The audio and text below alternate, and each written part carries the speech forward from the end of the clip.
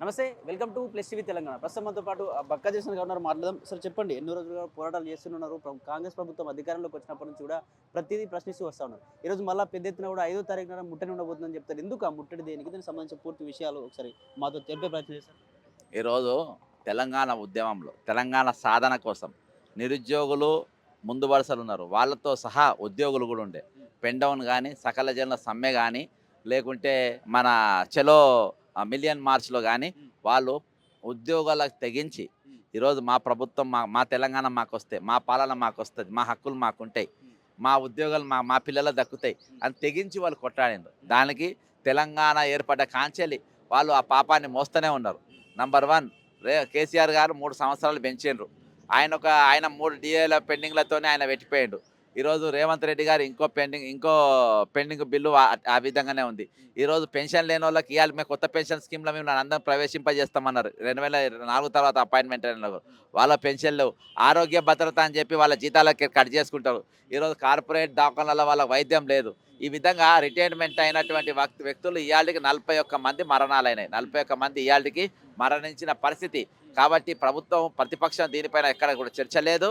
Plus దీనిపైన పాలన పక్షం కూడా దీనిపైన యాక్షన్ తీసుకునేటట్టుగా మరి ఎక్కడ కూడా వాళ్ళ ఆలోచన లేకుండా ఈరోజు కొనసాగుతుంది. కాబట్టి ఈరోజు గత్యంతరలేని పరిస్థితులలో చలో తెలంగాణ సచివాలయ మన అసెంబ్లీని మనం ముట్టడిద్దామని చెప్పేసి 5వ తారీఖు మేము పిలుపునిచ్చినాం. 41 మంది మరణాలైనాయి.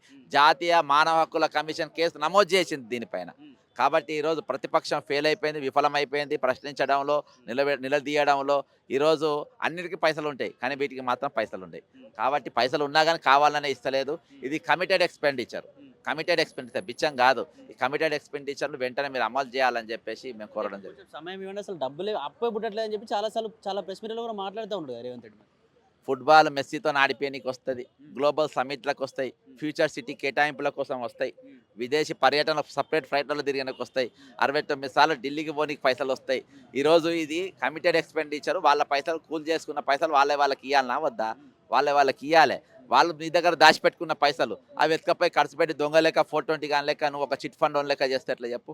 కాబట్టి ఆ హక్కు వాళ్ళకి ఇస్తలేరు. కాబట్టి మేము చలో అసెంబ్లీ అనేది పిలుపునిచ్చినాం. అంటే ఇక్కడ తెలంగాణలో కూడా నిరుద్యోగులు చాలా రోజుల నుంచి పోరాటాలు చేస్తూనే ఉన్నారు.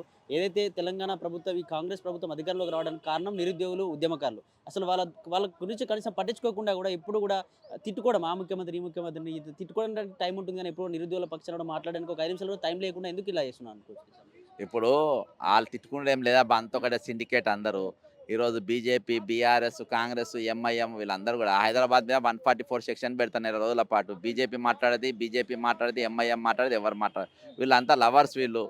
నువ్వేం మాట్లాడాలి, నేనేం మాట్లాడాలి, అదే ఓహో నువ్వు ఇట్లా మాట్లాడాలని అని చెప్పి అట్లా అనుకొని వాళ్ళు మాట్లాడుతున్నటువంటి పరిస్థితి. కాబట్టి కంప్లీట్ మ్యాచ్ ఫిక్సింగ్ ఇది. వాళ్ళందరూ కూడా సిండికేట్ అయి తెలంగాణను దోచుకుంటున్నారు. తెలంగాణ మేలు కోసం, తెలంగాణ బాగు కోసం, తెలంగాణ అభివృద్ధి కోసం ఈరోజు కూడా ఆత్మగౌరవం కోసం ఎవరు కూడా ముందుకు పోతలేరు. ఈరోజు తెలంగాణ మిగులు బడ్జెట్తో ఏర్పడ్డ తెలంగాణ ఈరోజు అప్పుల పాలు చేసిండ్రు. అప్పుల పాలైన తెలంగాణకు ఆత్మగౌరవం ఉంటుందా? ఆత్మహత్య జరుగుతున్న తెలంగాణలో ఆత్మహత్య ఉంటాయా?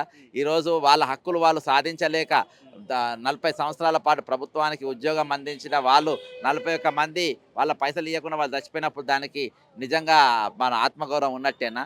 కాబట్టి ఇవన్నిటిలో విఫలమైపోయింది. విఫలమైన తరుణంలో మన ఆత్మగౌరవం కోసం, మన హక్కుల కోసం ఈరోజు ప్రతిపక్షం కూడా విఫలమైపోయింది. కాబట్టి ఈరోజు మనమే ప్రతిపక్షంగా చలో అసెంబ్లీ అనేది మేము 5వ తారీఖు పిలుపునిచ్చినాం. ఇక్కడ న్యూ ఇయర్ సెలబ్రేషన్స్ జరుగుతూ ఉన్నాయి. న్యూ ఇయర్ సెలబ్రేషన్ సందర్భంగా 1 గంట వరకు బార్లు, రెస్టారెంట్ అన్ని ఓపెన్ చేయొచ్చు అని చెప్పి గవర్నమెంట్ ఒక ఉత్తర్వులు జారీ చేసింది. దీనికి సంబంధించి మళ్ళీ అదే సజ్జనార్ గారు పెద్ద ఎత్తున రోడ్లపై కూడా డ్రంక్ అండ్ డ్రైవ్ టెస్టులు దీనికి సంబంధించి కూడా పాల్గొంటున్న పరిస్థితి. వాళ్ళే 1 గంటల వరకు పెట్టి మళ్ళీ వాళ్ళే దొరకబట్ట ఎట్లా చూడొచ్చు దీనికి సంబంధించి?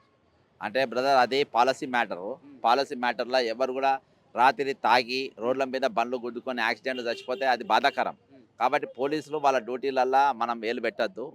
పోలీసులు ప్రజల క్షేమం కోసము దానికోసం ఆయన డ్యూటీ ఆయన చేస్తారు. నేను ప్రతిదీ విమర్శగా నేను తీసుకోను, కొన్ని పాజిటివ్గా తీసుకుంటా. ఆ రోజు మాత్రము 101% సిటీ కంట్రోల్ కావాల్సిన అవసరం ఉంది. ఒకవేళ తాగి ఇష్టానుసారంగా బైక్ నడుపుకుంటూ పోయి గుద్దుకొని యాక్సిడెంట్లో చచ్చిపోతే అది కూడా మనకే బాధ.